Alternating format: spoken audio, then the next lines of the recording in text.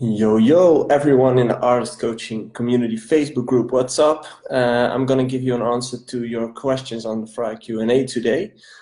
So let's get started with number one. What's the single most important bit of advice you can give when trying to market your own DJ brand? What is it that events are looking for? So the main thing right here is just be unique. That's the only thing I can give to you. You really have to make sure that you stand out, because why should they book you if someone else does the exact same thing? You should always find something that makes you stand out of the crowd. So it could be your branding, but it could also be your music. Doesn't really matter as long as it's something that makes you stand out.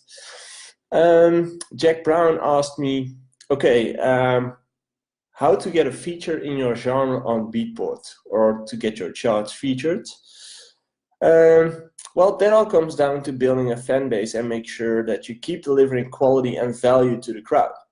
You just have to make sure that people actually want to buy your music. Do think of the fact that people who buy music on Beatport, for instance, are DJs. So if you want DJs to buy your tracks, you should focus on building a fan base with DJs, especially. Yeah, make sure you do that, and your track will end up higher in the charts, and you will get featured once you get bigger as an artist, actually. Dave Fuentes asked me, what are some concrete examples of value contributing content that DJs or producers can make on a regular basis? Well, funny enough, Q&As like this are a perfect way to create value contributing content. You have to make sure that you interact with the crowd, interact with your fan base, just like I'm doing right now on Instagram and on Facebook, actually. It's just a perfect way to interact with the crowd, and they can see you, you can see them, you can have a perfect personal conversation if you want to. So to me, that's one of the best ways to do it.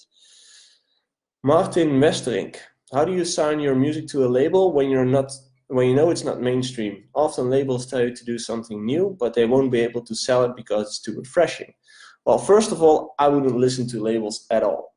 Create something you like and see if labels are interested to follow you on your path. If they aren't going to follow you on your path, if they don't like what you're creating, don't care about it and keep doing what you like to do most. Keep creating the thing that you like to create. I always like to refer to painters. Do you think that a painter will change his art when someone doesn't agree with him? I don't think so. How to legally play a DJ set? I used to think that we should pay for the music and then it's done, nothing to worry about, but I recently read some articles about performance royalty.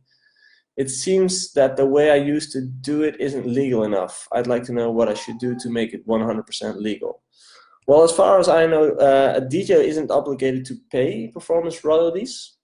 In my belief, in the Netherlands at least, the venue or the party has to pay, but you should double check. I'm not sure. Just a second.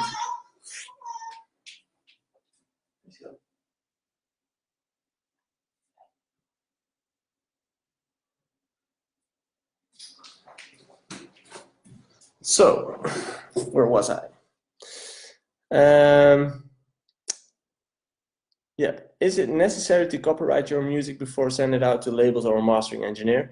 I don't think it's necessary. If you own the original file and you can prove it, you're the first who made it, you're good to go. There's a way to make sounds for video games and get money out of it. I'm honestly not sure. Maybe like Wesley commented on your post, maybe you can use Wavo. I'm not sure, I've never done it before. Who writes lyrics to famous DJs like Martin Garrix and Guetta and stuff? Well, it's a lot of different people. Depends every time, so there's several people who do those kind of things. Where can I find these people? Oh, just another second.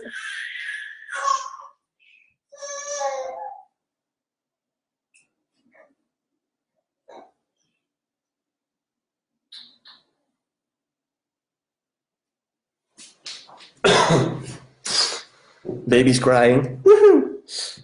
Where to find these people and to collaborate with them? Well, you should just look up what their names are and reach out to them on social media and try to build a connection. That's where the key is. Where can I find people to translate my songs? I would try Fiverr. It's a really cheap way and a really easy way to get translation on your song. So I would definitely do that. Thanks, guys, for sending in your tracks again. I will be back with tracks, your questions. I will be back next week, and right now I'm going to hush the baby. Bye.